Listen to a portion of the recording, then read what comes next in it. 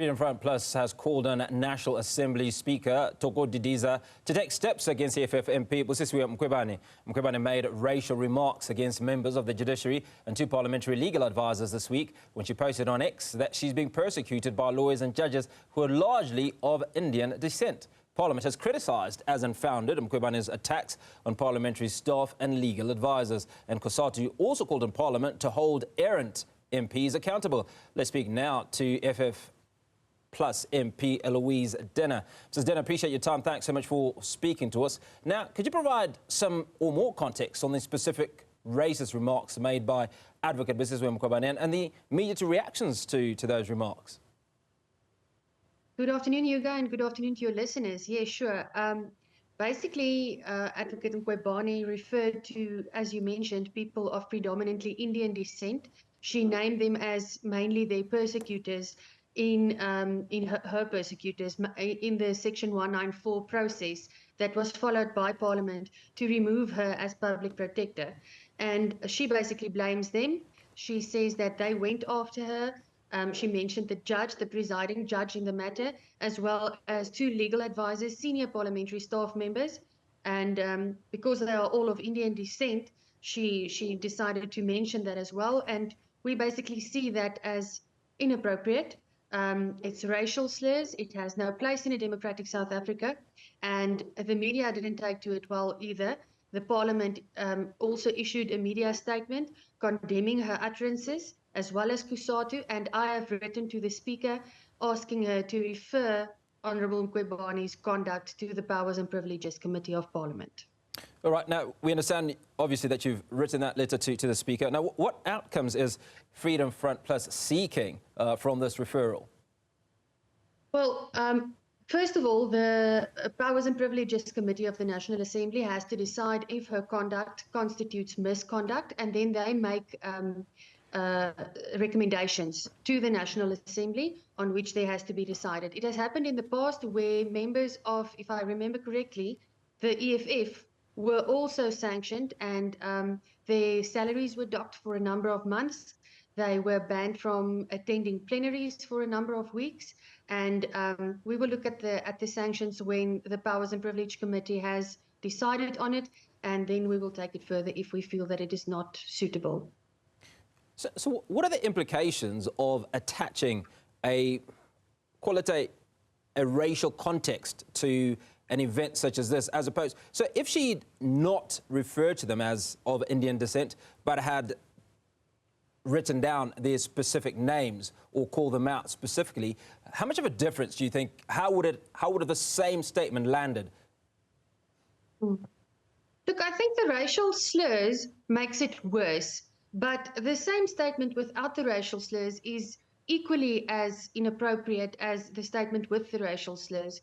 She impeaches basically the integrity of senior parliamentary staff and of a senior Supreme Court of Appeal judge, the presiding judge.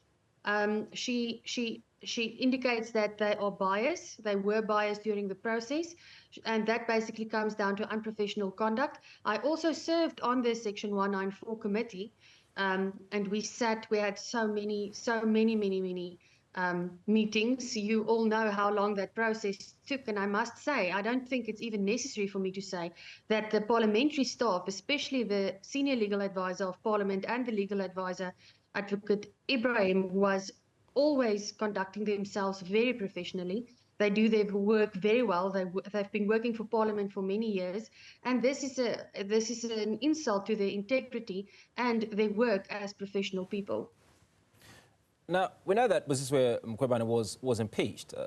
Do you get the sense that she's bitter?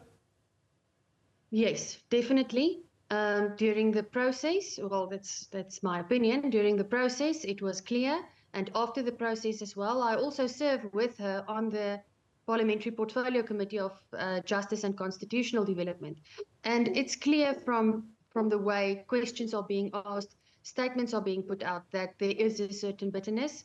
And I think it's unprofessional. And I don't think it's becoming of a member of Parliament, an advocate and a previous public protector, to advertise such bitterness in public, especially on social media.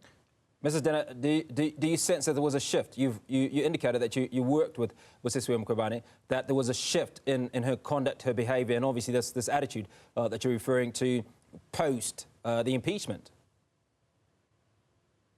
Yes, remember she wasn't a member of parliament before the impeachment. She was obviously the public protector, and after she was removed, she came to parliament as a member of the of the economic freedom fighters. And so that bitterness, those sidelong comments towards presiding officers, towards parliamentary legal staff, especially those people that she mentioned in her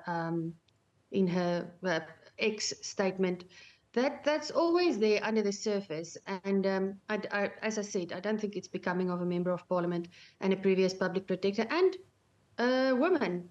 These the parliamentary staff that she mentioned in her X statement as well are also women, and I think we should raise each other up. I don't think we should down each other because we're not satisfied with the outcome of a process.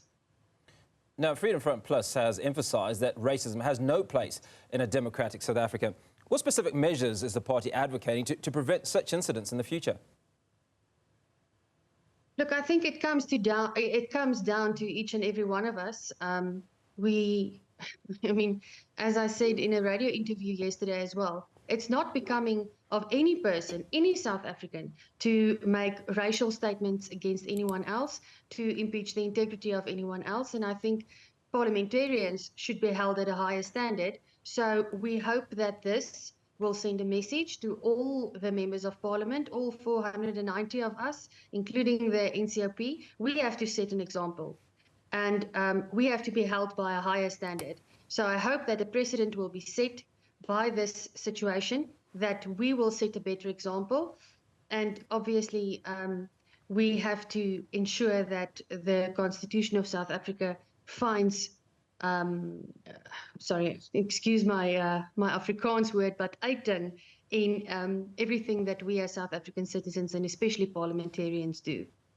Now finally, Mrs. Dena, what does this incident reveal about the current state of discourse within South African politics, and how should it be addressed to foster a more inclusive environment? I mean, there's a lot of this mudslinging, name-calling. We see it not name-calling and mudslinging in local governments, but we see it in a selfishness of sorts, where it's almost all about the politician and not so much about the very people that have voted these politicians into office. Yes. You guys, I don't think we can take a blanket approach to this situation. There is a number of heckling that takes place during plenaries. That's part of the job, and we can all take that. That's part of politics. But once it becomes personal, once it becomes a situation where someone's integrity and someone's human rights, as are in the Constitution, are being infringed upon, then we have to look at that urgently. So I can assure you that the parties of the Government of National Unity, for instance, there's a good working relationship there within Parliament. There's always a number of animosity between government and the opposition. And as you all know, the opposition now mainly consists of the EFF and the MK party. We work well in committees together where it matters, but you can never get away from the, as you called it, mudslinging and heckling that takes place, as long as we ensure that it doesn't interfere with the work and that what we owe the public of South Africa, then I think we should just handle it as adults and as politicians, and not take it personally and make it personal on platforms such as X and in social media. Heloise Dena, Freedom Front Plus Member of Parliament, arguing that Busisiwe Mkhwebane's comments reflect a sense of bitterness. Appreciate your time. Thank you so much for speaking to us on Newsfeed.